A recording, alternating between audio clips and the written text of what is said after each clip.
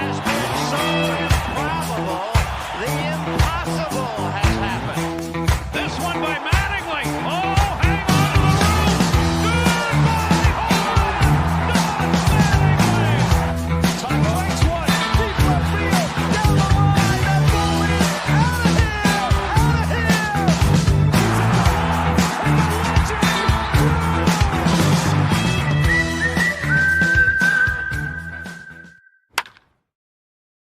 Welcome back to another episode of TableSetters covering all things Major League Baseball. As always, I'm Steve, joined my tag team partner for second time this week. Devin, what's up, dude?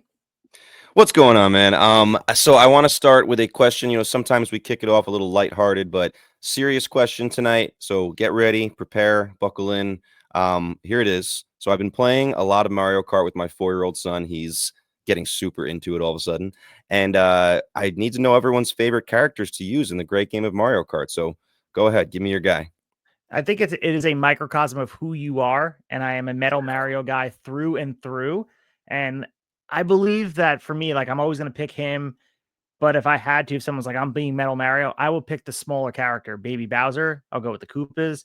The bigger the character, the slower they are, the clunkier they drive. So I'm all about it. And give me a motorcycle over a car any day. All right. I mean, it kind of depends on the Grand Prix you're going with there with the motorcycle. But yeah, I'm a Tanuki Mario guy, so another Mario guy, Mario offshoot. I agree with the smaller characters for the most part.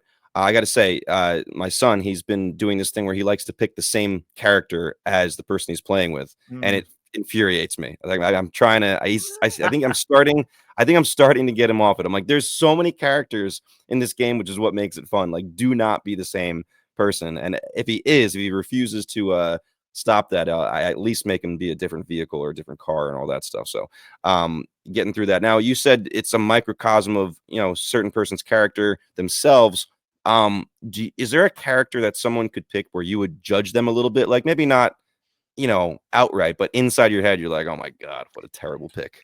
I think if they're the classic Mario, I understand like it's his game, but come on, like if you're gonna be Mario, be a variation, like you said, with the two of us. If you're any of the variation of Mario Luigi, I feel like it just kind of says you're a very predictable, maybe consistent, or people would say a boring person. You don't have as much flavor as maybe you go out of the box and pick a Tanuki or pick a Metal Mario. I mean, be Yoshi at least and color him up. Make be the blue True. Yoshi, the orange Yoshi, the yellow Yoshi. That's all good stuff. Yeah, I can see that. I think that was what was going to be in my head too, the original Mario. I'm not going to sit here and say I've never chosen him, but yeah, if you're consistently choosing regular Mario, it's kind of like, come on, man, like go after somebody else.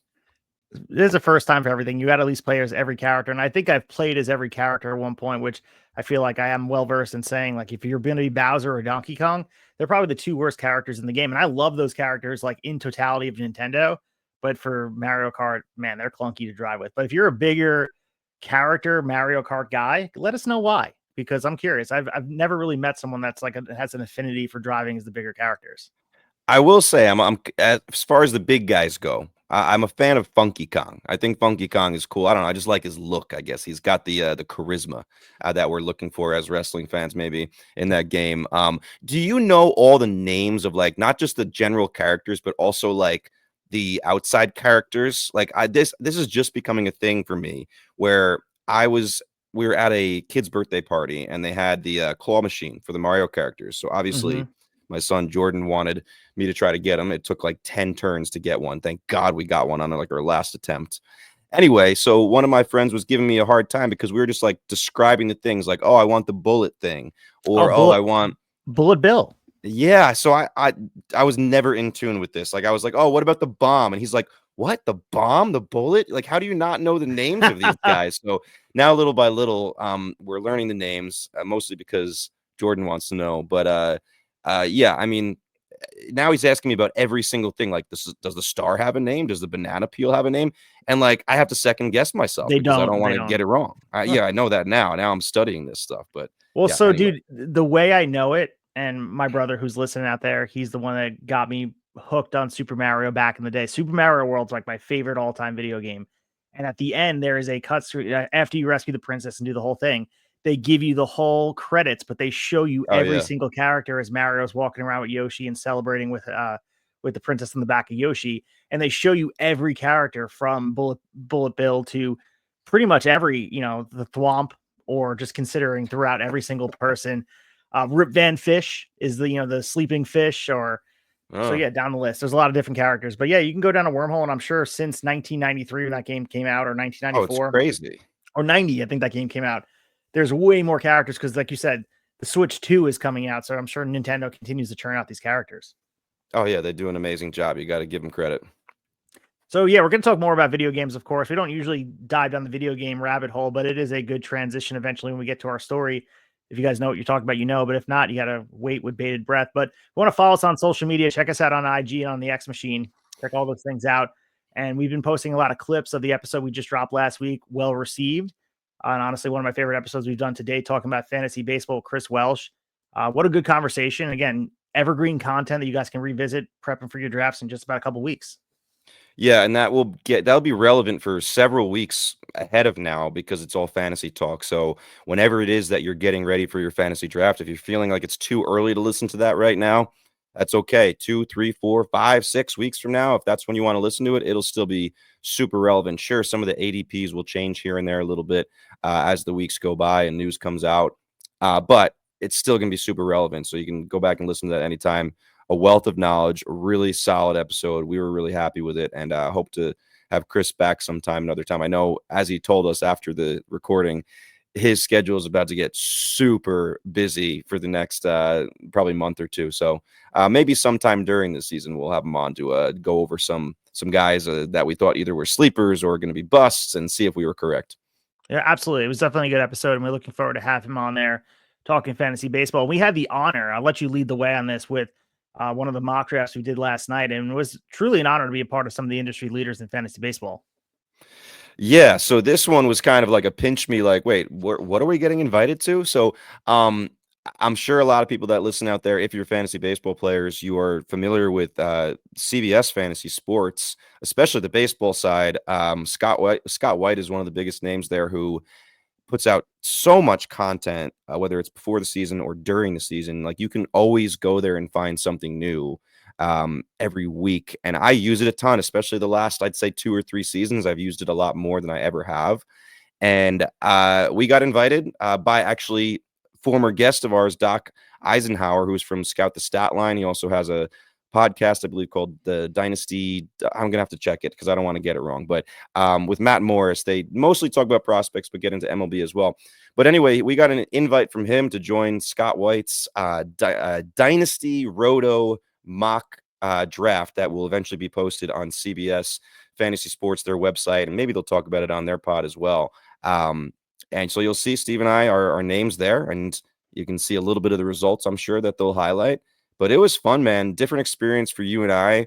And I'll be honest about this. I play 2 fantasy baseball leagues. The one that you run, that is my favorite, honestly, and that is kind of, as we always say, like dynasty adjacent, because we have some NA minor league spots and the keepers have expanded and that stuff, but it's definitely not full dynasty. And then my other league is an AL only league where it's just a few keepers and then the rest is redraft.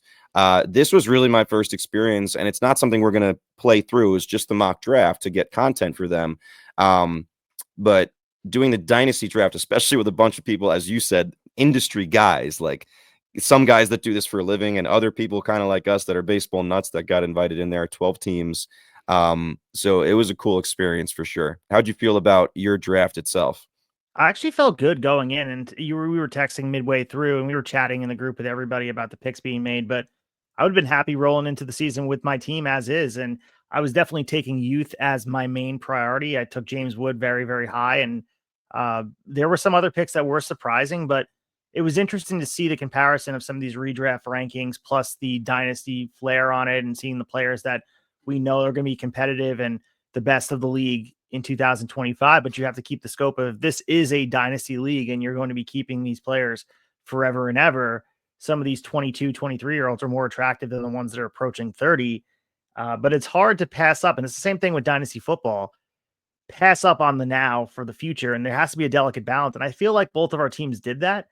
And my biggest thing about this draft is I wanted to compare myself to being able to hold our own. And like, anytime we were drafting and someone said snipe, like we took their pick, I was like, oh, that's validating, because I was like, at least I'm on the board with where people are going. And I was pretty happy with my team, honestly. That is what you want to hear, whether it's that kind of draft or any other draft in fantasy sports. Like, you want a reaction. If you get silence, it's kind of like, oh man, that must have been a shitty pick. Like, I think I took Sebastian Walcott somewhere a little after the middle of the draft, 30 rounds. And someone in the chat had responded that like he was like next on that pick, and even thought about picking him the round before. And like you said, that is the kind of thing that reassures you and makes you feel good. And that's the tricky part, is trying to figure out, all right, it's dynasty, so we're trying to make this roster good for years to come, but also good in the present. Where to pick those prospects, especially the young ones, like the super young ones, like a Walcott, who is probably years away, compared to like a Roman Anthony or Christian Campbell, who I think you and I both ended up with kind of reverse of our regular league. Like, those guys we know are probably going to contribute relatively soon, so that's a little easier to grab those guys. But the younger ones, that's the tricky spot. But I think we held our own for sure. Yeah, definitely. And make sure you guys stay tuned to CBS Sports and their fantasy content. You may see our names popping up, or hey, maybe you're joining us over here because you saw our names over there. Welcome. Yeah. We do talk fantasy sports. We talk all things baseball. And just to clarify for Doc's podcast, because we want to put some love on what he did there, Dynasty Dingers is the podcast. Yes. He does work for Statline Scout, and Darren Eisenhower, Doc Eisenhower. We love that dude. We hope to have him on again. What a great guest. And he gave us the honor of being invited, and hopefully we have future mock drafts to talk about here. Yeah, man, and shout out to Doc as well, because like his name seems to be growing pretty quickly in the fantasy world. I think partly because his takes on prospects are not as cookie cutter as a lot of other people. Like, he goes way outside the box sometimes and is not afraid to go with it and stick to his guns. I've seen him do other stuff with Scott White and CBS mock drafts. I saw his name on the Tool Shed mock draft that they were doing, which included Chris Welsh, who was on our show last week as well. So he's in the mix with some bigger names. Super psyched that he reached out to us to help fill that draft as well. And just talking about, before I forget, a future episode here for more content. We're getting lucky here a little bit with the amount of content we're getting. It's working out just as we want it. So we really wanted a college baseball presence to join the show before the college season, which is very close. And we're going to have Ben Upton from 11.7, one of the biggest college baseball podcasts out there. He will be joining us Tuesday night to record. So most of you will probably be able to listen to that Wednesday morning, unless you're up super late on Tuesday night looking for something to listen to. Oh, absolutely. Definitely check that out. And before we move on from the Dynasty mock draft, the one point of contention that I think was very obvious in this was the varying opinions on Jackson Holiday. And we saw it live in the chat. And I thought, Doc was very high on Jackson Holiday. He actually said he's going to be one of the best young players in baseball moving forward for the next couple of years. And there were some varying opinions that were pretty outspoken of saying they don't believe in Jackson Holiday. And we've heard that murmured in social media corners, and we hear it in our own little circles.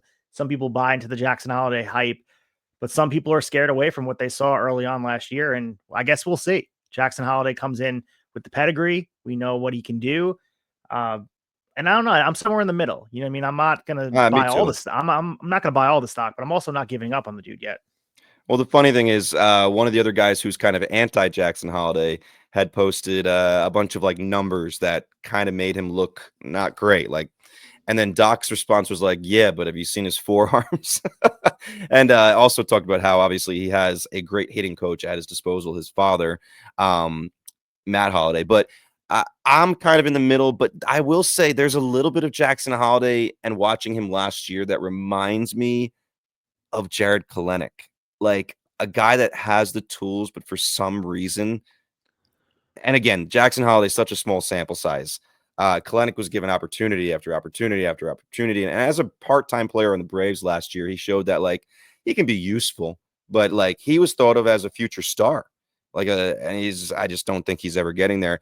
There's a little bit of Holiday when I look at the swing and some of the other things going on with his game that makes me feel like, there might be a little bit of Jared Kelenic in there. And we'll see. I mean, we don't know yet.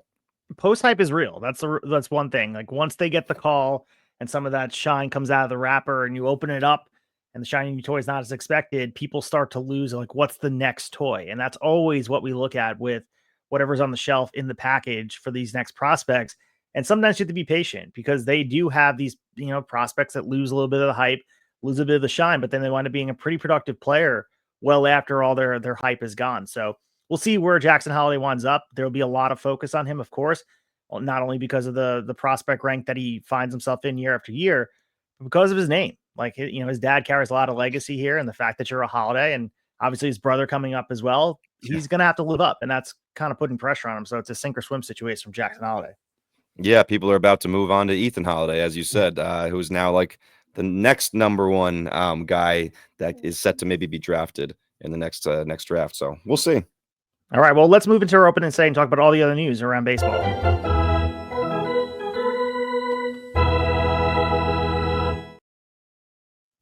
All right, so we're opening up with the story that broke today. The Blue Jays have agreed to a 1-year, $15.5 million deal with Max Scherzer, pending a physical, of course. 40 years old, 3-time Cy Young winner. We know the history here. Injuries in 2024, only 9 starts. He's part of this now veteran rotation. Of course, Kevin Gausman leading the way, Chris Bassitt, Jose Barrios, and Bowden Francis. We're going to see things shift up. Max is going to be out there as the elder statesman. But the Blue Jays kind of on a roll here. Anthony Santander broke the levy for them. Jeff Hoffman is joining the club as well. So they have some free agent signings out here. But Max Scherzer, what's your hype level on this? Obviously, he's a depth piece at this point. You hate to say that.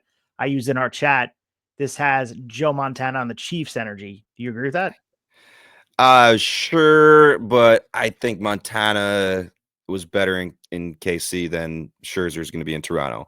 I guess my point, though, it was like the uniform. It's going to look so weird 15 years down the line. Like, you're going to see him in that uniform, almost forgetting he was a Blue Jay, depending on how this goes. Kind of, but he's worn so many different uniforms over the last several years that maybe not as strange as you would think. But yeah, I see what you're saying for sure. Listen, what you said, depth piece, that's why I'm okay with the signing. Like, that's basically what he is. Well, here's what I think Max Scherzer is at this point. I think he's a guy who's going to be on and off the IL all year, like he's kind of been the last couple years, similar to Justin Verlander. I think there's going to be times when he almost flashes back to what we remember him as. Maybe not quite his prime, but I think he's going to have some nights where it's like, damn, like he's nasty. I think he can still get some swings and misses. But if you're looking for him to come out there and make, I don't know, 25 starts and pitch to a low 3 ERA and have a strikeout rate like 25% or above, I think you're wishing some pie in the sky stuff. Here's the things that stands out to me when I look at some of the numbers here. So his stuff plus was all the way down to 84 last season. It was, I mean, if you look at all his career, it's like way, over 100 and all that stuff for the most part. So that was pretty eye-opening. The K percentage was down to 22%, which again, way below the majority of his career. So I am a little bit pessimistic about it, but I do think that's what you're going to see. You're going to see on and off the IL. I think he's going to have some very good starts, turn back the clock a little bit, a couple where he gets blown up. He gives up more home runs now. That's my expectation. But like we said, because he's not being relied on to be the guy or even the second guy, I think it's okay. I mean, we can copy and paste what you said about the Verlander signing. Like, that's exactly what you had said. The one thing I have a question for you is that, being that we've always watched the violent delivery of Max Scherzer, we watched how he has thrown the ball. Everyone expected maybe him to kind of go out in a blaze of glory. The fact that he's going out with, and I'm not saying this is a whimper, but on this 1-year type of deal, and it feels like he's kind of station to station at this point. Feels weird that we are getting this version of Max Scherzer, because I always thought we would get maybe like the Tim Lincecum version of Scherzer, where it just ends all of a sudden. Now that we're getting this progressive decline, it feels weird for a guy who's been so dominant for so long. It's kind of hard as a Scherzer fan to watch him be, I mean, in a relative rotation for being generous at number 4, and I think that's kind of weird to look at here. Yeah, but in the same breath, like, our expectations for him over the years have just been so high because we've seen at his peak what he was. He hasn't had that season where he's just gotten embarrassed. He hasn't. The knock on him is he just can't stay on the field anymore. And the numbers aren't as good, but they're not awful, right? He's not getting crushed every single start. Solid he can still control get guys is the biggest out. thing. 5.6% walk rate. That's something that, like, you can't take away from the dude. I understand he only made 9 starts last year, but that wasn't the issue. You're right. It's an injury thing at this point. Yeah, he's gonna have a lot of nagging stuff. It's his age. It's a heavy workload, like 162 game season, and all the travel is gonna wear on your body a little more at that age as well. Even though I'm sure most of it's pretty cushy, still it's a lot of travel. So it's very similar, like you said, to Verlander. I think the presence could be a good thing. I wonder because they already have some veteran leadership there. Scherzer seems like one of those guys where back when he was dominant, if he's trying to lead and be feisty, I think people will be good with that and get behind it. But as the older guy who's should no longer be in charge, and like you said, maybe a number 4 in the rotation, I don't know if everyone's going to have a lot of patience if he's trying to throw his weight around a little bit. I do think he's that kind of guy. And does that play when you're pitching to say, let's say he pitches to around a 4 ERA and is kind of in and out or on and off the IL? I don't know. No, it's a really good point, and something we're at the watch for, especially with the Jays. Obviously, they're making moves to win now, but at this point, I wouldn't say that they are the favorite or even to make the playoffs. Not even just the AL East. They're looking to compete in a really tough division. They're still linked to Pete Alonso, so we'll see where that lands as we approach spring training. We know that they're out there and they're trying their best to secure some of these free agents after really being the bridesmaid, sitting at the altar, being left there with no one to take their money. And now it seems like people are starting to take their money and they're overpaying a little bit. Not this deal here, of course, like, 1 year risk-free $15.5 million. As far as market value goes, it's pretty on point. And for what Scherzer brings to the table, you mentioned the ceiling, like he's going to go out there and shove a couple times a year, throw back the clock and sell some tickets. I'm sure a lot of Toronto fans are going to buy a Scherzer jersey because he is still very popular. So there is that aspect of it. And you get to say you have the 3-time Cy Young winner on your roster. Like that holds some weight here, whether it's a presence in the dugout or if it's just for the fan base to feel a certain type of way about the nostalgia that he does bring to the table. Yeah, in that rotation now, I mean, a bunch of vets and one younger guy, Kevin Gausman, Jose Barrios, Chris Bassitt, Scherzer, Bowden Francis, who I opened some eyes last year, and we'll see if he can do it again. To me, and I did a whole long deep dive thread on X today for Gausman. I think he's the X factor. I think he holds the fate of the Blue Jays season in his hands, to be completely honest. I'd love for you guys to go read the thread and comment and see what you think. I'm pretty proud of this one, but he's a very interesting guy if you dig into this. He's a guy who had a very dominant split finger for many years, and it's still a good pitch, like it really is, but it is not as lethal as it once was. There's a very obvious difference in the vertical movement over the last 4 years or so. If you look at the graphs on Baseball Savant, that's changed it. He's lost some velocity on the fastball. He came into spring training with a sore shoulder last year. You kind of wonder if he ever really got over that, kind of trying to ramp up a little too quick. But again, 31 starts last year. He's made 30 or 31 starts 4 years in a row. That's a good thing, but is there wear and tear? 34-year-old guy, or can he get back to what he once was? I'm curious, man, because he's still fought his way to about a 3.9 ERA, I believe, last year, but the expected ERA was 4.7. So when you really look at some of the advanced stuff, you do worry that this might be a legitimate, he's coming down a little bit. But the optimistic side is, well, if he can get some things back, he can be great again. Yeah, and there's something to be said about smoke and mirrors. And like you said, the expected ERA, there's pitchers that do it with some, sleight of hand and magic tricks and figure it out. So I think maybe if he's that guy this year, they can definitely get some magic in the bottle with some of the vets here throwing back the clock. But you mentioned video games to open the show. And we did have a conversation about the cover art for MLB The Show 25 being released here, where there is a twist to this. We don't get the usual one highlighted single player. It's not Shohei Ohtani like everyone probably expected it to be. We got 3 promising young stars gracing the cover. Paul Skeens, Ellie De La Cruz, and Gunnar Henderson, of 3 markets that you can't say that they're the big markets. The Pirates, the Reds, and the Orioles being showcased on the video game this year. I have to say I love it. We know what these guys have done. Paul Skeens, Ellie De La Cruz, Gunnar Henderson. Baseball's in a really good spot in the young talent. I think these guys represent that. Yeah, I love it. I think there was all these rumors. I think they just listened to the fans. There were rumors it could be those 3 names were probably thrown out there the most, and they decided let's try to get all 3 of them.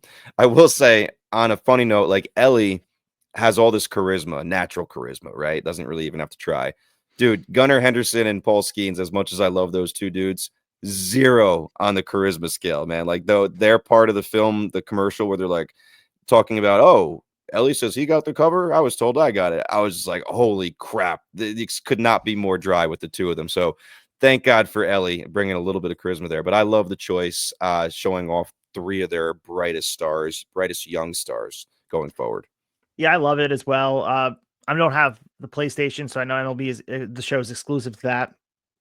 But every single year, I think about just like diving in and getting a PlayStation because I had originally purchased PlayStation 4 for the show, and I had bought it year after year. And I don't know, you lose time working full time to have a PlayStation. So I did eventually invest in the Switch as we go in full circle back, so I could play Mario Kart. Some of those games are just easy to pick and play up. And when I had the show, dude, like all those years, you get lost in these modes, and I can spend Oh my hours God. on it. So it's almost better not to have it. It's like, Yep. if you have a drinking problem, keep the beer out of the fridge situation. Yeah, so I have a PS4 as well. And the other news I think I heard about this, if the guys in our chat are correct, is this version is going to be the new generation or next generation gaming systems only. Whereas for a few years here, the new video games were still you could play them on the PS4. Apparently not now, which breaks my heart because I will tell you, I'm not going out and getting a PS5. I just don't play those games enough to kind of I don't know, make myself feel like that's okay. So I have the show 22. That's the one with Otani on it and the Angels uniform. The one I had before that was 17. I played the show 17 for like 5 years until I got 22, and it would just do so many franchise modes over the years, and it was so fun. I'll tell you one thing, and I don't think I've told you guys this. In my franchise for the show 22, obviously I was the Mets, right, for a long time, had some success. Juan Soto was a long-time Met with me in that franchise. And I don't know, man, there was something about watching him in that Met uniform at Citi Field, even on the show, the video game, that just felt right. So I'm sure I wasn't the only Met fan to do that way ahead of time. But yeah, man, in my world, since 2022.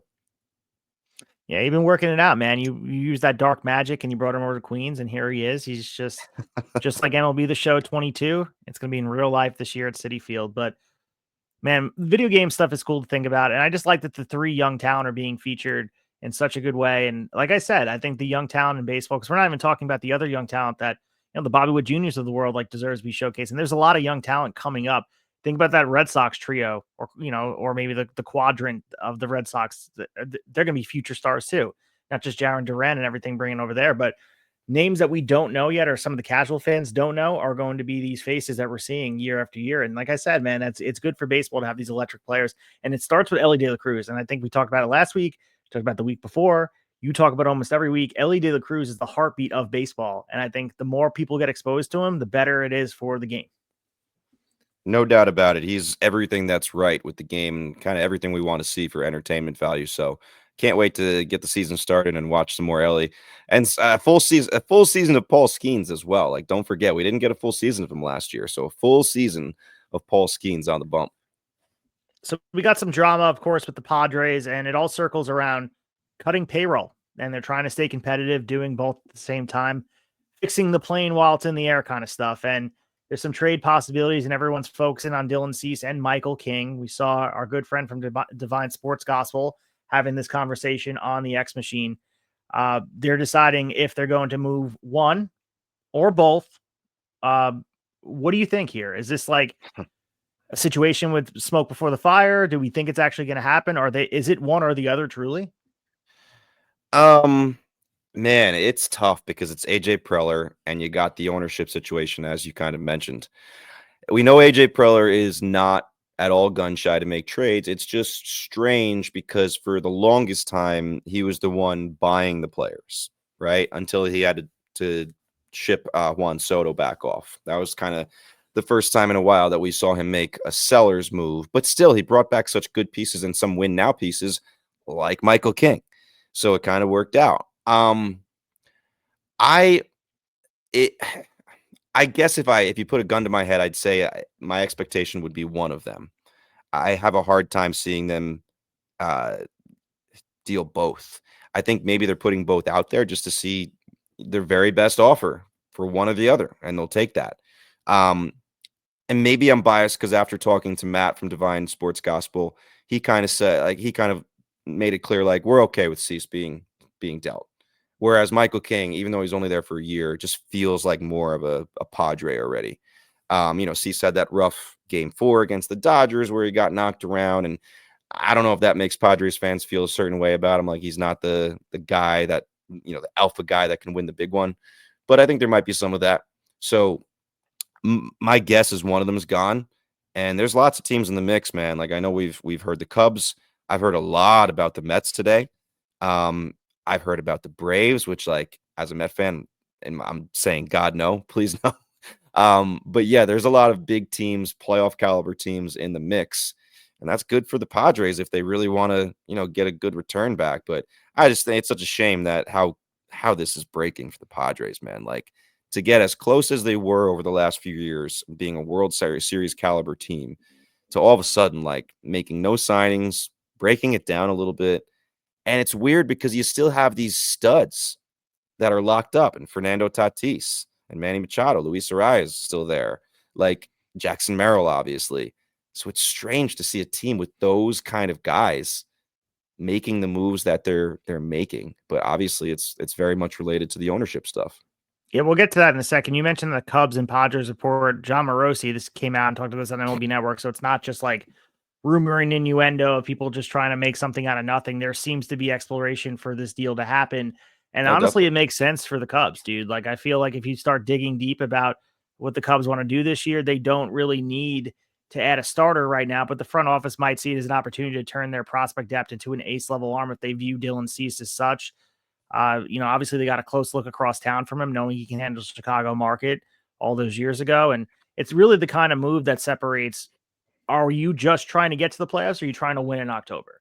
And I think Dylan Cease, I understand what we heard from being firsthand as a fan, watching Dylan Cease up close as a Padres fan, being kind of disenchanted with what he performed like in the postseason against the Dodgers.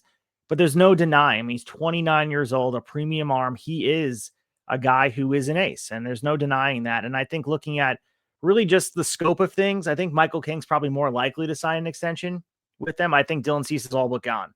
And I also think that means you'll get a better package for a Michael King. So it's about a discussion that you need to have internally. But everybody knows that San Diego's in a tough financial spot. They need to fill the multiple roster holes right now without breaking the bank. And moving Cease would free up salary, allow them to address the outfield and their pitching depth. And they can look maybe at the Cubs outfield prospects and go out there like, let's get Kevin Alcantara or Owen Casey or, I think it's something that they could look at as far as like, let's just retool and figure it out and try to get one of these guys and restart the clock. And it's sad we have to have that conversation because they were just one of those teams that we were talking about as the heavy hitters. They were favored in the National League year after year.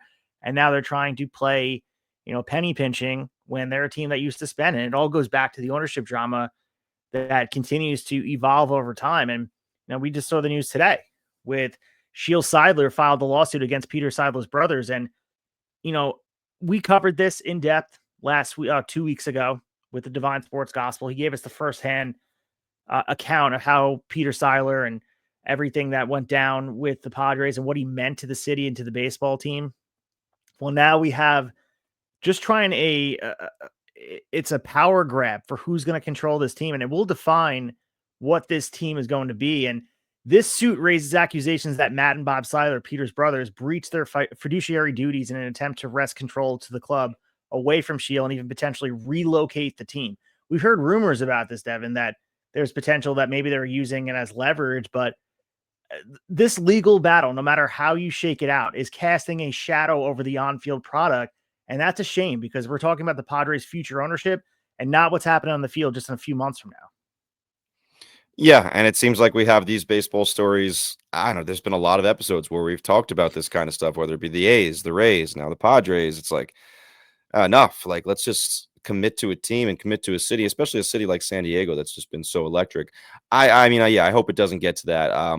Like Matt said when he was on here, the best case scenario might be for these guys to sell, get their money, sell to a guy that's really passionate. Steve Cohen-like guy, maybe not as much money as Cohen. There's only a few of those around. But someone who's going to come in here and do things for the fans, the fan base, and have the fan base in mind. That's what we want to see in baseball, more of that. So that's my hope. But just to go back to Cease and King for a minute, it'll be interesting if one of them does get traded to see what they command here. because both, free agents. So how much are you going to pay for a guy that you have for 1 year? And if you don't know, if you're not confident that you can lock him up, what's that price?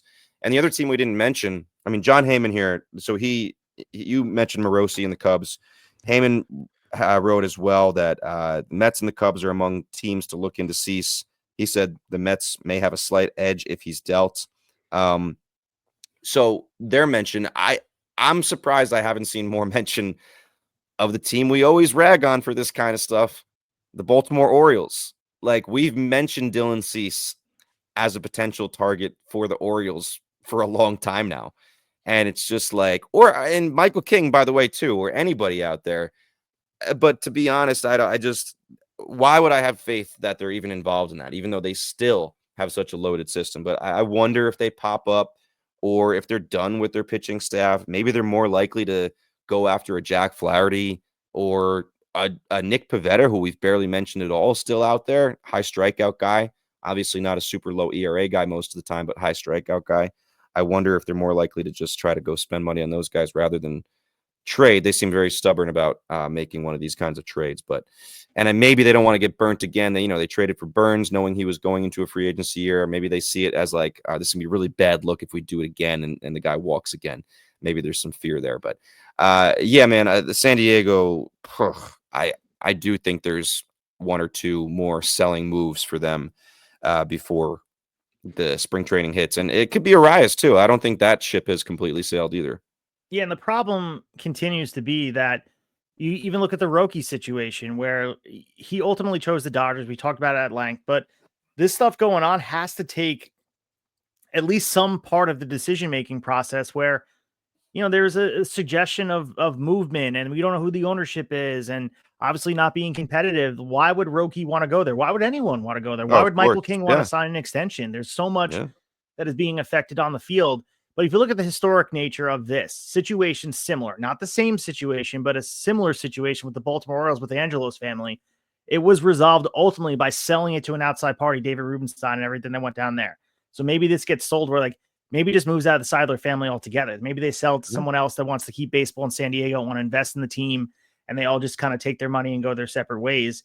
Obviously, the Padres ownership drama is going to be in the spotlight as the franchise is in a turning point right now. They're in a fork in the road that to figure out where they're going to go, and they're in uncertain waters right now, and it's a bad place to be. Just a few years ago, thinking about his World Series or bust, and now we're sitting here, like I said, pinching pennies and trying to figure out where the next dollar is coming from. It's crazy, the downfall, and it all starts with the unfortunate passing of Peter Seidler, and everything that he brought to the table is now kind of disappearing. Yeah, and another report I saw today, it's a lot of Padres news, is they're apparently would be willing to attach a high prospect to Xander Bogaerts in a trade if someone was willing to take him and at least some of his contract. So, man, like, they're looking at so many different avenues to cut payroll. I will say that is one of the worst contracts I've seen in my life, the Xander Bogaerts. I mean, maybe we couldn't predict how badly he was going to fall off. He's just become such an average player. But man, like, he's 32. He's 32 years old. And how many years does he have left? 1, 2, 3, 4, 5, 6, 7, 8, 9. He's got another 9 years left on this contract, dude. $25.5 million a year left on this contract. He's not an unrestricted free agent until he's 41, which I'm guessing that's retirement. Like, geez, dude, that is just a rough contract. I don't know who's helping them out with that. And I understand letting Mookie, trading Mookie and ultimately just kind of, sending him off to the Dodgers and giving them a franchise player. Everyone will look at that and be like, the Red Sox don't know what they're doing. But for the most part, the Red Sox make the right decision. They made a mistake on Mookie, and beat a really big mistake, but just equally in part, they made the right decision on Xander Bogaerts. They know when to move away from players. It just boggles the mind they moved away from Mookie. Like, maybe they caught him in a bad spot. They were in a weird spot, the franchise. The fact that they let Mookie go and traded him for, we look at what they got back. Ultimately, we can kind of see what the bearing of the fruit, the seeds that were planted, wasn't much to give away Mookie for that. So they made that bad move for Mookie, but equally as a good decision is to let Xander go. And I hate to rag on Xander, but that deal, like you said, is horrendous. Dude, like, I'm still over here just flabbergasted looking at these details. Like, oh my God. So he's also got a full no trade clause. And you got to remember when they signed him, Like their infield was already crowded. They had Hassan Kim, Cronenworth, Tatis, and obviously I know they moved Tatis to the outfield, but like, why would that was like, uh, I don't know. This one's nuts to look back at. Like I knew it was bad, but I feel like I'm seeing how bad it was all over again. Well, put yourself in that time and place. I understand they were throwing money around, but Xander Bogaerts was someone that everyone expected to only get better. Like projections were that he was going to be that franchise stabilizing player, and he just never resulted in that. Maybe it's change of scenery. Maybe if he stayed playing the friendly confines of a Fenway Park, he would be a different player. But man, the bottom fell out, and like it did. It's not like we're in year 8 of the deal. Like like you're saying, No. he still has 9 years left of the deal where he should be playing at a high level, and it's an afterthought. They're willing to attach a prospect just to get rid of him, which is just what does Xander think about that? Yeah, I'm looking real quickly just to see what his last year in Boston was like. So his age 29 season, he played 150 games for Boston, hit 307, slugged 456, 377 OBP. Let's see the power numbers. I know he's not really a power guy. 15 home runs, 84 RBIs. So yeah, I mean, he had hit close to 300 or above 300 for many years up until then. His first 2 years in San Diego, 285. 19 home runs, 83 RBIs. All right. Last year, 264, 11 home runs, 50 RBIs, only 111 games played. So there's also maybe a little bit of question of durability at this age. I mean, you got it. You got the guy till he's 40. So let's see. I mean, maybe he can start selling concessions too there, just sort of earn the paycheck. God. Oh, man. All right. Let's lay off San Diego for a little while. Jesus. All right. Well, the Chicago White Sox have explored trade talks involving Luis Robert Jr. holding discussions with both the Cincinnati Reds and the San Francisco Giants this offseason. We did get word from Ken Rosenthal of The Athletic that a deal before spring training is unlikely, but we do know, I mean, at this point, I guess the conversation can go in two different directions. We can talk about Luis Robert, or we talk about the interesting nature that is the Cincinnati Reds. I know you had maybe a desire to talk about the Reds because they deserve some praise here for what they're doing this offseason. Yeah, man. The Reds kind of, I mean, and this is a weird report because, like, are we excited that they were thinking about getting Robert and didn't? I like to see these teams that are thought of as small market teams just still go out there and try their best. And the Reds seem to be joining the likes of like the Royals, what they started doing last year and have continued, by the way, because they just signed a player as well yesterday. I just like to see those kind of teams, especially when they know they have some young talent in their grasp, like a Bobby Witt for KC, like an Ellie De La Cruz, and actually a bunch of others in Cincinnati, to be like, you know what? We can be smart here and supplement this team with some smart signings, maybe some veteran signings. And that's what they've done.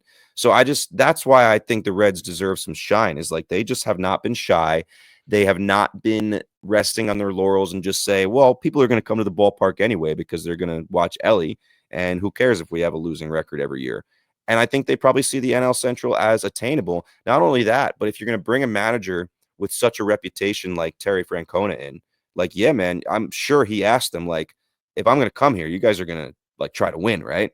And I don't think they lied to him. I think they're trying to win. And I do think the division is attainable. So props to them, man. They have not just sat there and kicked the can down the road. They've tried, and they've tried harder than most teams. You see their division rival, the Pirates, sleeping at the wheel again, like they always seem to do. So yeah, good for the Reds.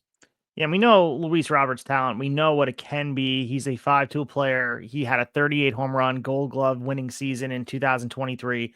So it's been recent, but the durability, the injury riddled seasons, we all know that is an issue here. And the interesting part is, like, we've continued to hear this. The trade deadline had him in circles of, obviously the White Sox weren't competitive last year, but they were kind of steadfast that they did not want to move him, knowing that he's playing, the team's playing poorly. He's having a down season, and he has still the high potential. People don't realize Luis Robert, again, post hype on prospects are real, but this dude's been in the league for a few years now, and it's an injury thing. If someone can figure out a way to keep this guy healthy, we know what he can be. And I think it's a good fit in Cincinnati if they can make it work. I know that the talk with the Reds reportedly included the prospect Edwin Arroyo as a return piece, but no traction because there is a sticking point here, Devin. Like, Chicago's asking price. How much of Robert's $17 million salary are they going to be covering? And really just his health. can we guarantee we get a clean bill of health going into 2025? And if you're including some prospects back, you can't sit here and say we want to make a deal and send you the package the White Sox are looking for. But in the same hand, we talk about the leverage or lack thereof for San Diego. Chicago's in the same boat. Like, you guys are going nowhere fast, so you need to move on from him. And everybody knows that. So why are we sitting here asking for the biggest bounty? Move on from him and be happy you got anything. I think honestly the best case scenario for Robert, I mean, we very well may see him traded still before spring training, but he hasn't. Last year he didn't show the player he's capable of being at all, and we know he's capable of being like a 30 home run dude, can have some speed and all that stuff. Another guy just has to stay on the field. We have to feel like we say that about a lot of White Sox players, but the best case scenario for the White Sox might be he starts the season with them and tears it up, and at the trade deadline, like, you have a lot more suitors and you get the more correct price for him. I don't know. I'm very curious what a team like the Reds was offering and like what he could fetch. I know you mentioned Arroyo, but I don't know. I don't know. His value is lower maybe than it's ever been right now. So it's typically not really when you want to trade a guy. And just to go back to the Reds a little bit, just in case you're wondering what I'm referring to, I know we know about the Brady Singer trade with Jonathan India, but like just in January, they've made these other moves. Like just in a month, the Gavin Lux addition, right? Like that was nice to see. Obviously, I have a feeling Terry Francona was in on that, wanting some more flexibility with his lineup. And then just recently, let me get it right here very quickly. So the Robert thing, apparently they pivoted off that when it wasn't going to go through, and they brought in Austin Hayes.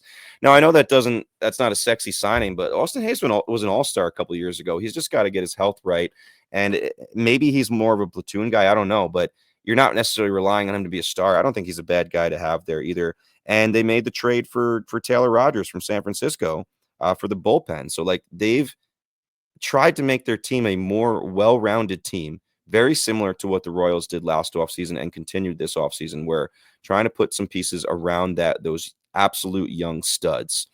And like, don't be surprised to see the Reds have a similar season to what the Royals did last year. Maybe like, in the low 80s of wins and mid 80s maybe, and sneak in with a wild card. Like, would that shock me? No, not if they stay healthy.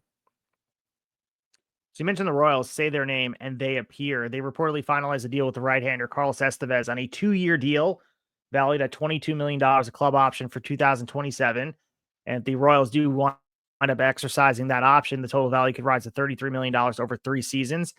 And this adds to their bullpen, dude. Like, it was one of their weaknesses last year. We know they need to address it. And he has evolved into a reliable closer. Will he fit that role there? But maybe, maybe not. But we know he's going to be part of a bullpen that so badly needed his help here. So looking at what he's done over the time with the Angels and Phillies, if you believe the hype of what he was able to do, if you believe the 3.2 ERA, he threw it out to the 26% strikeout rate, 31 saves. If you buy it, then the Royals are in really good shape. And there was a weakness last year, and a team that really didn't have a lot of weaknesses. They did a lot of all the things right fundamentally. The bullpen was a whole, was exposed in the postseason. If they could shore this up with this young talent and their pitching staff that was playing out of their mind, we could be looking at a team that would be a very tough out, at least come, with the AL Central in mind. Yeah, man. I mean, Estevez had probably his best season last year.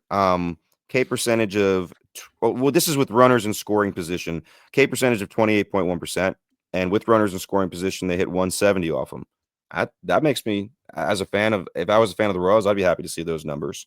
High leverage situations, guys hit 211 off them. Okay, I think I like that as well. So what JJ Piccolo continues to do, I love it. And let's not forget the last time the Royals were super relevant and World Series contenders and champions was big time, like based on a very strong bullpen. Like if you remember, they had a dominant, just 3 or 4 guys back there that you didn't want to see. If you look now, remember they have Lucas Erceg there, who they acquired at the deadline last year. They have Hunter Harvey, who they acquired. So you got like 3 dudes now. I don't know if it's going to be a mix of closing or if it's either Estevez's or Erceg's job to lose. We'll see. But like, you have these options back there. Again, more well-rounded. Absolutely love it. What's not to love? Love it. So again, we've given JJ Piccolo a lot of praise, and he continues to deserve it. Yeah, I agree with that. And if they can look at getting a middle of the order bat to toss in there, and if they're willing to extend a little bit of the payroll, we could be looking at a team that is going to do some damage here. I think that's the conversation we continue to have. And We know, Devin, you're familiar with that team, that Royals team we were discussing, right? Like they had a pretty big impact on your fandom. I don't know what you're talking about.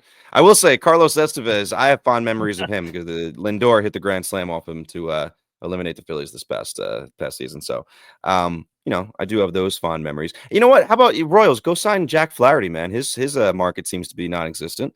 That'd be cool. Probably not going to happen, but that'd be cool. Yeah, I mean, that Royals World Series team, 10-year anniversary this year. Isn't that wild? It is wild. Ugh, yuck. That's wild. I'm sure they'd be rocking. I mean, my brother follows that stuff. So, Jimmy, if you're out there, are they rocking a patch this year for that? I'm sure they have some anniversary thing planned. 10 years is a milestone. Yeah, now they're all doing like podcasts, digging deep with Hosmer and all those guys, and I think Moustakis is on there sometime. So they're in our world now. All right, well, let's talk about the Yankees for 2025. And they had an interview with Aaron Boone on WFAN, provide some much needed insight into what the mix is going to be look like for the on-field projections. And one of the most significant updates we got was the plan for the Martian Jason Dominguez, who is set to play left field regularly. They made that clear. Boone did say he has confidence that he's able to contribute daily. As I mentioned, he's probably out in a North Face parka, navigating left field at Yankee Stadium as we speak. It's really cold out, so button up, Jason Dominguez.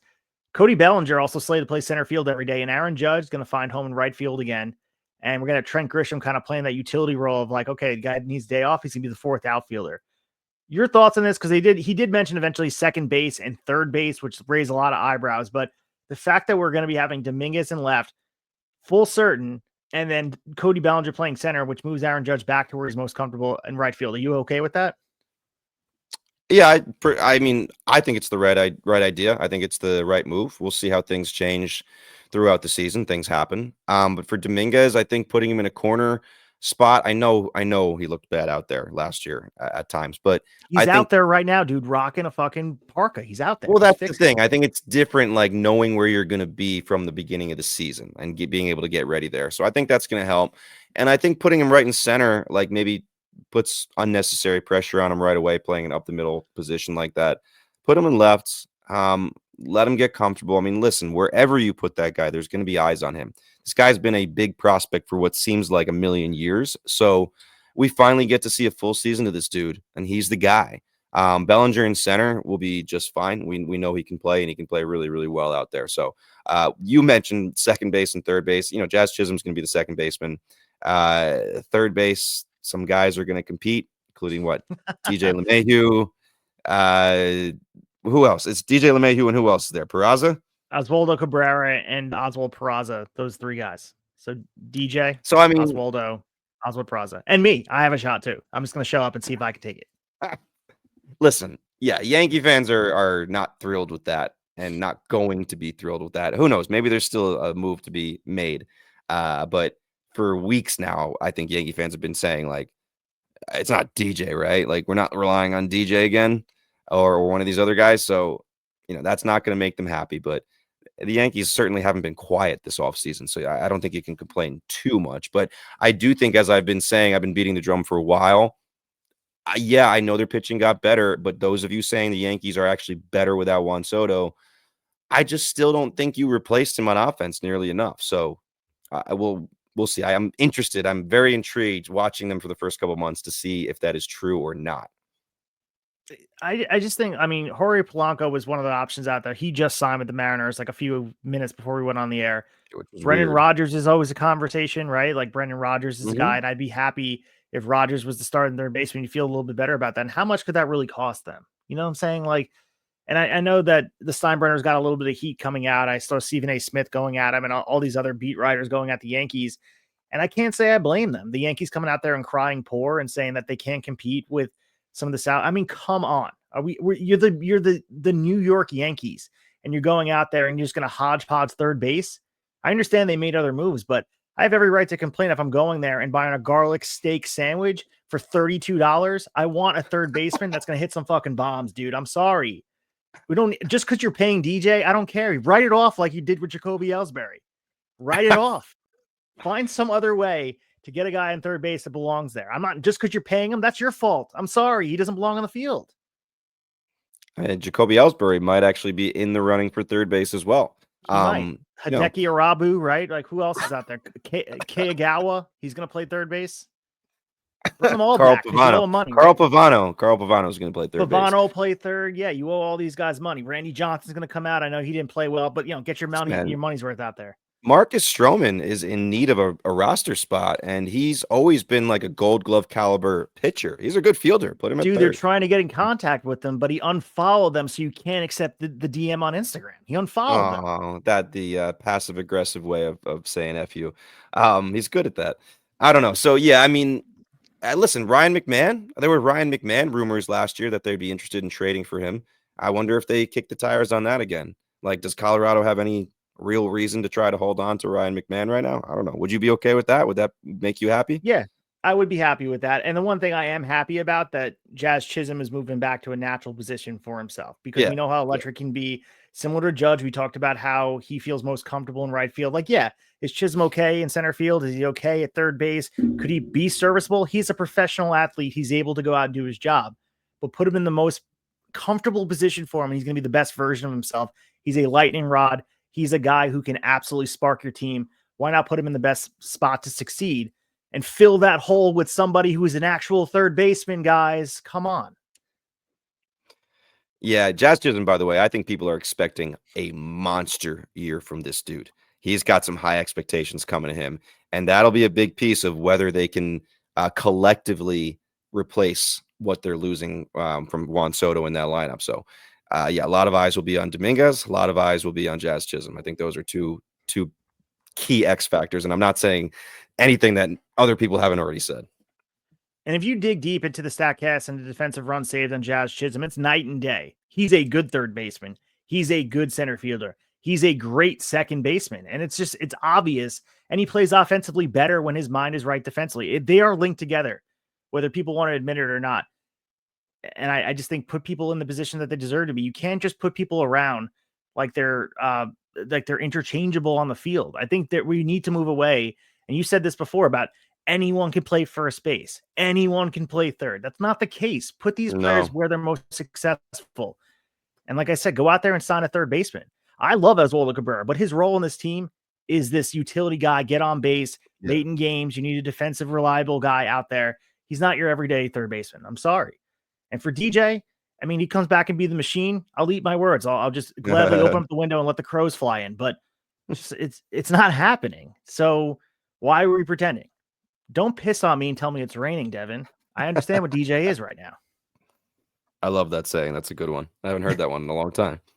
That's a good one. But we're going to finish up here with some news about Trevor Bauer. He is now officially signed with the Yokohama DENA Bay Stars of Nippon Professional Baseball. And, he's back for 2025 season, marking his second year with the club. And there's been some obvious controversy around this because Trevor Bauer has been outspoken about obviously not getting opportunities in Major League Baseball.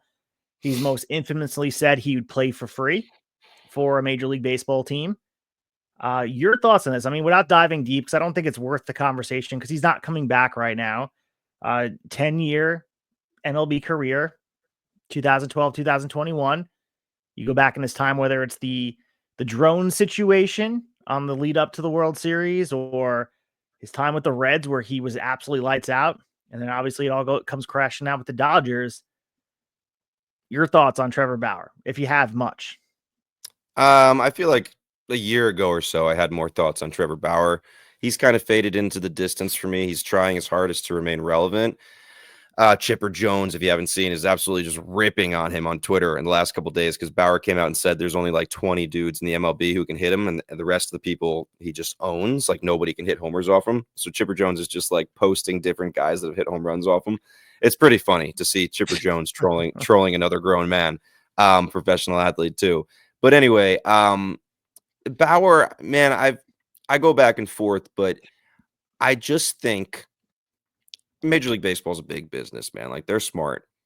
If they have continued to blackball him, there are things we are not privy to that they know that are bad enough to keep him off. Whether he's completely guilty of certain things that he's been accused of or not, I think there are some details, whether they can or can't lock him up for. I think there's some details that are probably making MLB steadfast and we're not touching this dude.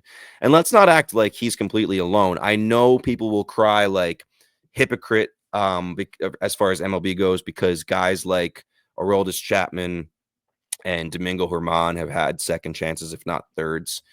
But at the same time, like, have you heard the name Julio Urias in the last year or two in MLB No, circles? you Because I haven't. haven't. And he was a hell of a pitcher. He was a hell of a pitcher. And unless there's some other things we didn't know about, that was one strike and you're out. Maybe one day he resurfaces, but so it's not just Trevor Bauer. I know there's some other guys that maybe should have been written off quicker. I agree with that. And it hasn't been exactly, 100% you do this and you're out. But that's my feeling. I think Trevor Bauer is trying his hardest to stay relevant. But if he truly loves baseball, just keep on playing in those places that you're playing.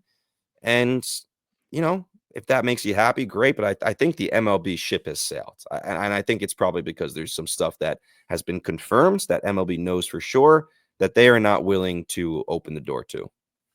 Yeah, and just to piggyback on that, I don't want to go too far into it, but it's not just one situation. It's accusations from multiple women. And he wasn't criminally charged, as you mentioned, but the district attorney's office declined to pursue anything further with the case. And he did reach a settlement in 2023 with the first accuser, but another woman filed a civil lawsuit against him in that same year. And there's still stuff surrounding him, things that are unsettled. And for people that want to just take it on surface value, I believe that MLB knows things we don't know. And maybe they should let everybody know if Trevor Bauer wants to come out and be highly critical of why he's not signed. Maybe people in MLB, especially being further removed that he's not really a Major League Baseball player anymore. At this point, it's going to be going on 4 years. Put it on Front Street and say, this is why, and release some of the stuff out there.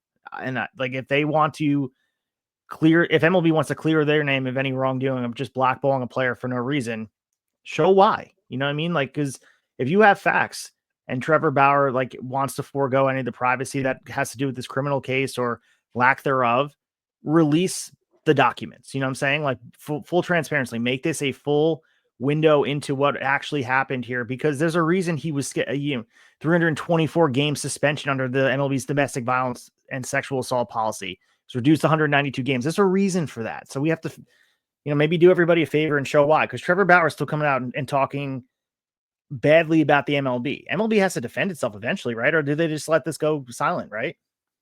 Yeah, I think they're in the position of being such a big business, corporation that they don't want to air their dirty laundry here, and it's just they'll let them talk. And I think they know, like, if they're just silent and they let this guy kind of talk into making himself look guilty, because he's already super unlikable. Let's be honest, that's what he's he's a done, super unlikable dude. Yes, and I think that's what he's done, because you mentioned the thing about Chapman and Germán, and they're different circumstances. They're all unique in their own way, all equally horribly, accusations or not, or whatever they are, situations that are horrible and that they're detestable. But the difference is Trevor Bauer has a YouTube channel and consistently talks about it and talks about the MLB and how he's better than every player. And for Chapman and for Domingo Germán, yes, it happened, but they put their head down and, they had other jobs in baseball. You know what I'm saying? Like, there's something to that where you put the spotlight on you. You want it so badly on you that everyone is still focused on your flaws. And you can't just move past it, because he can't take the field now without anybody thinking anything other than that situation that went down with Chapman and everybody else, DUIs and other people move past it because it's not front and state. It has not moved on for 4 years. All we continue to hear about is this situation with Bauer, and he's kind of his own worst enemy at this point, because he should have let the story just go away, and he can't help himself. He has to continue to talk about it. yeah. I mean, let's make it fun, man. If he wants back in, MLB should be like, all right, you're gonna face Shohei Ohtani and Aaron Judge 10 times each. If you can strike them out 80% of the time, we'll let you back in. That'll be must-see TV, big ratings. Dude, he's destined to have the situation like the Jose Canseco. He's going to take on Jose Canseco's role in baseball, where you're doing all these celebrity home run derbies. You're doing this stuff that we saw, players that are blackballed that figuring out a way to cash their next check. That's what they're doing. Yeah. And he may not be there yet because he has all the fame from the YouTube channel. He's figured out a way to keep his celebrity growing. But eventually, all these guys want to stay close to MLB. I know you love baseball. You want to play with Nippon Baseball League. You you love the game, but I think a lot of people are there desperate to cling to MLB still. And that's why you see the Jose Canseco stay just close to it. Lenny Dykstra was the same way. Got to stay a little bit snuggy close to it. Yeah, maybe some reality show stuff, something like that. Barstool Rough and Rowdy, if he's going to take the Canseco route. Well, who knows? Yeah. And we're going to finish up the story here with the Tampa Bay Rays signing Ha-Sung Kim to a 2-year, $29 million deal that includes a player opt-out after the first season. So he's going to be earning $13 million in 2025 with the chance to make additional money with some performance bonuses based on plate appearances. If he stays with the Rays for 2026, his salary for that year would be $16 million. This is a guy, I mean, former Padre over the past few years. He has versatility on defense. Feels like the perfect Rays player. He's a shortstop, versatility. He plays a little second, a little third base, and his bat has been improving. We know the Rays find a way of unlocking the best out of some players. We did get double-digit home runs each year, stealing 72 bases of the last 3 seasons. I could see him being a nice little piece for the Rays here and being someone we're talking about mid-season. Yeah, man, I love the signing. I just get excited when the Rays sign anybody to like a deal that's actually relevant and like decent money. My hope is if you look at their roster right now, it's a damn good roster, pitching, bullpen, and lineup, and deep. Like my fear though, because the Rays sometimes do this where they give you a little hope and then they sign someone and then like 2 days later they trade someone else. Like I still wouldn't be shocked if a Yandy Diaz or Brandon Lau are gone before the season starts. I could see that, but as they're currently constructed, dude, the American League East is a gauntlet. Like we talk about the NL East because those top 3 teams are ridiculous that they're all in the same division: Mets, Phillies, Braves. But the AL East, it could potentially be a 5-team race. We know what the Red Sox have done. The Yankees were just in the World Series, and they've added after losing Juan Soto. The Orioles have been a playoff team 2 years in a row, and that young talent's still getting better. We could criticize them not making enough other moves, but that young talent could be enough to keep them as a playoff team. The Rays, like I just said, are damn good, especially with some of the pitching that's returning that was hurt. And the Blue Jays, who we kicked the show off with, like have tried to build their roster, even though they've been turned down by many people over the last few years. They have signed some people here, and Vlad is still there. So who knows, man? Like, I'm not going to ask you who you think's going to win that division. I'm going to ask you who would you have to say it was last place in that division right now? Man, that's tough. I mean, because you could toss it up in the air. I feel like it's to be clear, we're talking just strictly American League East. That's all you want to know about? Yeah. Like, Just the rest the of the AL American East. League is just, if I had to put my money on it, I want to say Toronto's still last place, but I just think it's going to be competitive all the way through. And I haven't been super impressed with the Orioles either. It would not shock me to see them Agree. competing for the end of the bottom of the division. I agree. And just to go a little with Kim as well, I would just reiterate what you said. Like when you dig into like advanced stats and things like that, like nothing's going to really blow you away. But he does just seem to me like a winning player and a great clubhouse guy, a fan favorite. You said multiple positions. So he just plays the game the right way. Again, the stats are not going to jump out at you, but if you watch him every day, I think you'll be excited with what you see. And you said it too. Like he just seems to fit that kind of Rays way. So love the signing. Absolutely love it. Yeah, and of course, there's all the question about what they're doing at that position with the stuff that went down with Wander Franco, and he's a perfect fit here. The guy is pretty. If he's not anything, Kim is stable at that spot, so he's going to hold it down for them at least in the recent future here. The other news we didn't talk about was Ryan Presley from the Houston Astros being traded to the Chicago Cubs. Your thoughts on this? Because Presley was a key piece to the Astros bullpen since being acquired from the Twins back in 2018.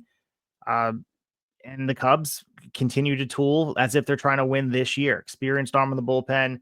He did have some injuries last year, but he's going to step in as the Cubs' primary closer, I'd imagine. There is some talk about Porter Hodge out there, the rookie for the Cubs that has been getting a lot of love here. Arizona Fall League player. He could be the closer, but I would imagine Ryan Presley, with all the big games under his belt, will be going in as the assumed closer for opening day.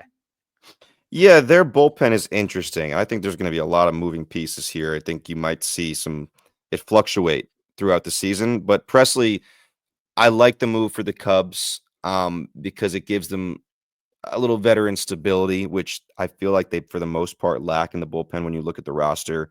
I mean, Nate Pearson former top prospect, flamethrower, is there as well now. So maybe he has something to do with the 7th, 8th, maybe sometimes 9th inning. Ben Brown, who really has great stuff, Long Island kid, came up as a starting pitcher. I wonder if they see more of a bullpen side for him instead.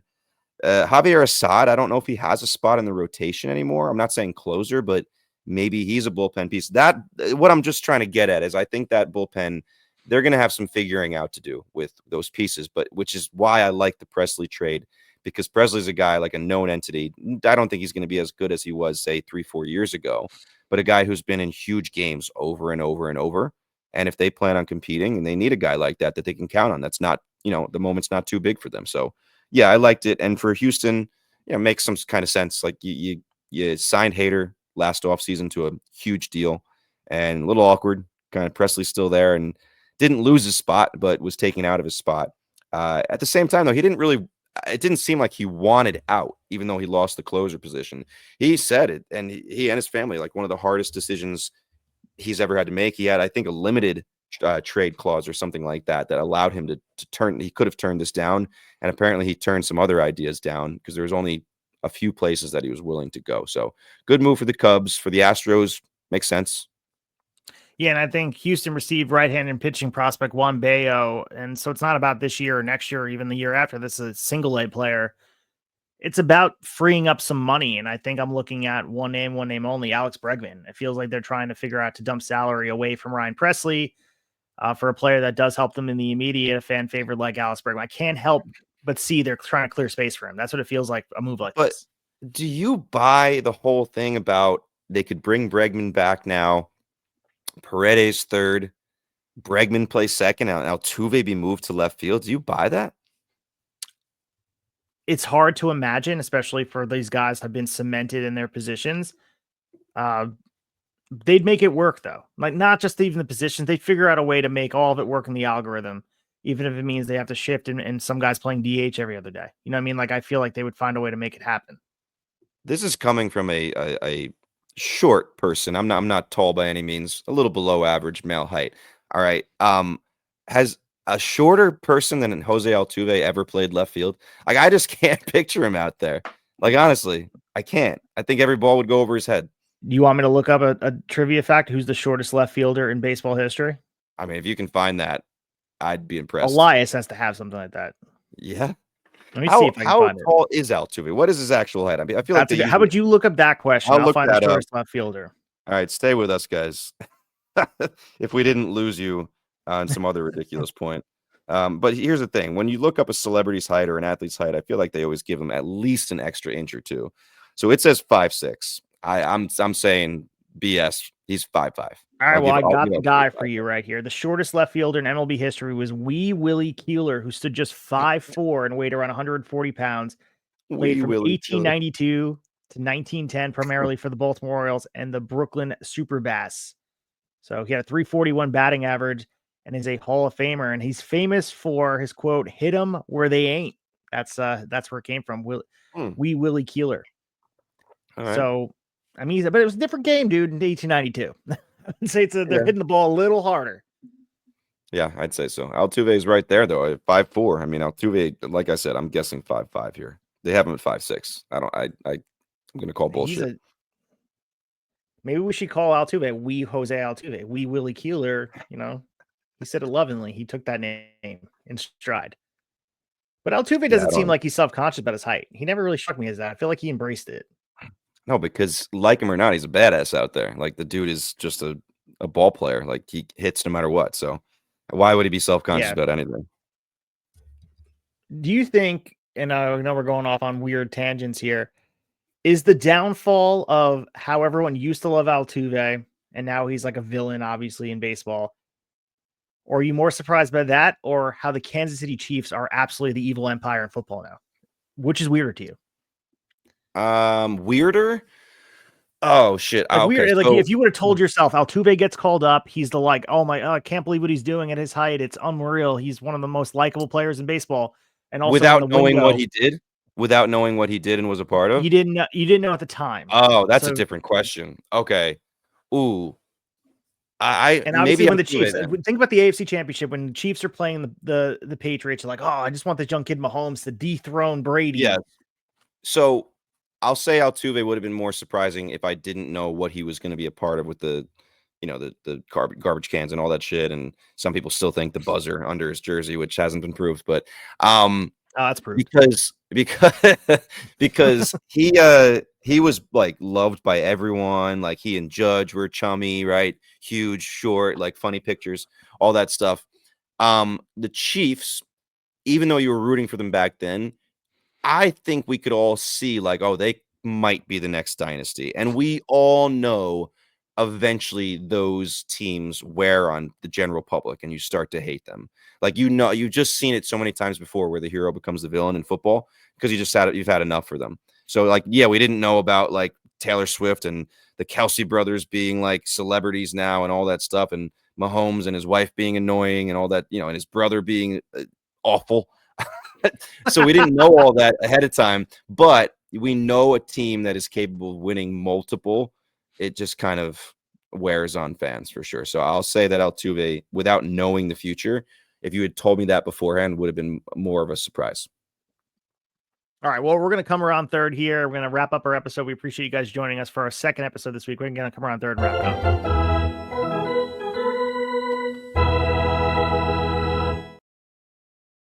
All right, so Devin said upon recording, we're going to go 1 hour. We went 16 minutes over, but, pulling the curtain back a little bit, we got to start 5 minutes late because we recorded and the Wi-Fi absolutely took a shit, so we had to figure out a way to make it work. But all things accountable, a lot of news we covered wall to wall, a lot of things to talk about because we got to remember, we did the guest episode, Fantasy Baseball. We covered no news beginning of the week, so it's been a bit since we got in there and started diving deep in all this news cycle.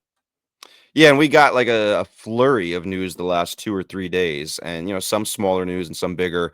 And it's crazy, man. We're sitting here January 30th, 1 day left to go in January, a couple weeks till pitchers and catchers report for most of these teams. And there's still all these rumors circulating.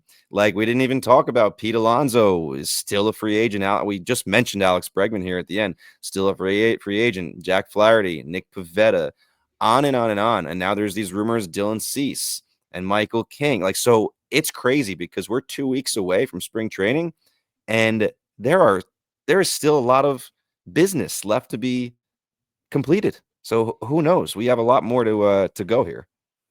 So make sure you guys follow us on Instagram and on Twitter at TableSettersPod. Devil will continue to post all of the great content, the reels, engaging. We just popped over 1.5 thousand followers on Twitter. So thank you to everybody that's following and continuing to engage with our content. If you can, please leave a 5-star review. It goes a really long way. It helps the algorithm, people to find us. Like-minded baseball fans, we need to join together because baseball is a passion that unites all of us. Devin, before we go here, any final thoughts you want to lead us out on? No, just a couple of reminders. Like, help us out on YouTube. We got a few people helping us out, some more subscribers on there, decent views. So we just want to make sure we don't forget about that. Definitely more of an audio platform here, but even if you can just go click subscribe there, even if you're more of a listener on the audio, just to help us out, get some footing there, that'd be great. If you haven't reviewed us in these different places, please, especially written review, those things help. 5 stars obviously would be appreciated if you're a general listener here for us. And talk to us on Twitter. The next thing I'm going to post here, and by the time you're listening, it's probably posted. I've gathered the 11 best pitches according to run value over the last 5 seasons, with a minimum of 150 plate appearances for the pitch, not counting 2020 because not enough games to accrue the run value you needed there. But it's an interesting list here. If you had to guess a name and a specific pitch right off the top of your head that might be on that list, do you have one in the last 5 years? Yu Darvish's splitter would come to my mind. I like the guess. It's not there, though. Not there. But I like it. That's the pitch that comes to mind. It's so nasty. It really is. Yeah, and then the split finger, we mentioned Kevin Gausman. Like, the split finger, that was the popular pitch last season. Like, everyone was starting to throw a split finger, and it was effective for a lot of dudes. So who knows if that keeps up this year. So make sure you guys check that out on Twitter. Devin, on your final thought before we go, who's winning the 2025 Royal Rumble? Sorry, Travis. Oh man, this is a tough one, dude. Star-studded. I love when it feels like this and it's not super obvious. Like there's so many years where it's basically spoiled and everyone knows ahead of time. Um, but the name that's in my head is kind of the obvious choice. Oh shit, man. I'm torn. I'll say Cena because it's the name that's on the top of my head, but there's another voice in my head saying like you can figure out another way to get him where he needs to go. But I'll still stick with Cena because it's my gut right now. I agree that Punk and Cena feel like the favorites. I feel like CM Punk's going to win the Rumble. But dude, I looked at the Vegas rankings because I recorded, cheap plug over here for my my wrestling podcast, Wrestling Tonight on Turnbuckle Tavern, and we previewed the Rumble. You guys can check it out if you're interested in wrestling. Sorry, Travis. And there is a the Vegas odds are insane for betting, and Seth Rollins was the favorite going away, and I just can't see a world where that happens. But the more you think about it, especially how they laid out with Raw with him and Gunther, and like you said, you could find a way to get Cena where he's going without the Rumble. You can find a way to get Punk and Roman linked up without a title involved, and all of a sudden you're left with like Seth winning the Rumble, or even like a Jey Uso kind of strikes me the right way. Well, there's so much stuff they could go with, right? Because you have the Punk like favor from Paul Heyman thing, so maybe that, like you said, matches him with Roman, or maybe it actually helps him win something. Or I could see Seth winning it and eliminating Punk, and then somehow Punk getting involved in Rollins' title match to like put a triple threat with them at Mania. I still don't think they're done yet. You have McIntyre, who's still in the mix, who I think just deserves it, right, for everything he's done. So, and obviously we mentioned Cena with his one last run here. So it's kind of unpredictable. I really hope it stays that way. I don't want to have like a big feeling like I know who's going to win before I watch it. I want a surprise no matter who wins. Well, wrestling like baseball isn't a good spot. All we know is Michael King's not winning the Rumble unless he comes in as a mystery opponent over there. But we'll be back next week talking all things baseball, maybe some Rumble fallout, but you guys can check that out on my Instagram page at Acefield Retro. I'll be at some wrestling shows this weekend. If you got guys in the Long Island area, come check out Remarkable Wrestling this weekend on Sunday, an afternoon show to follow the Rumble. Come check it out. Sky's the limit. Remarkable Wrestling. Find me over there. But we'll talk to you after a while.